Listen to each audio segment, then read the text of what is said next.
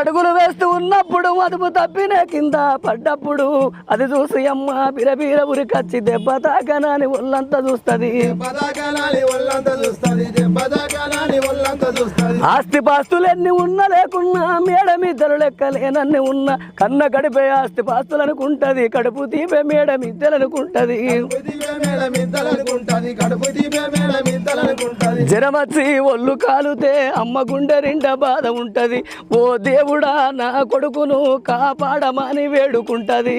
కొడుకు లేచి నవ్వి ఆడినప్పుడే అమ్మ మొగముల కోడి దీపాలు వెలుగును. అమ్మా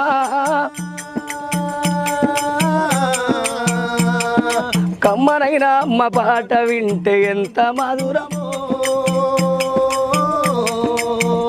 మనసుకు కాదు పర్వతరము.